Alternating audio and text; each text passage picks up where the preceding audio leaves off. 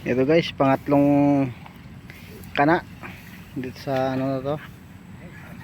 Magkalapit lang dito sa pangalawang kana. Ayan.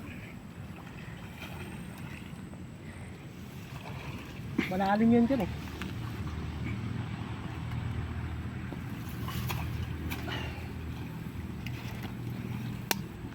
Sana mabigyan uli ng swerte guys. Ito malaki-laki eh.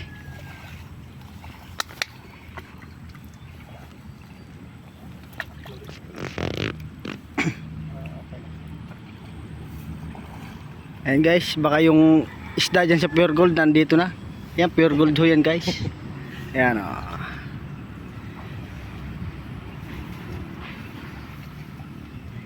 Nakawala yung isda sa pure gold, nandito na tubig.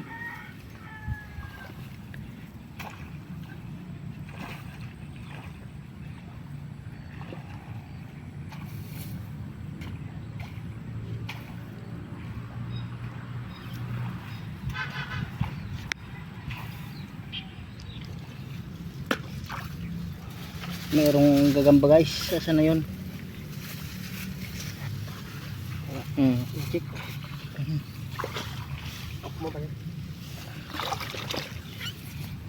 Guys, gagamba.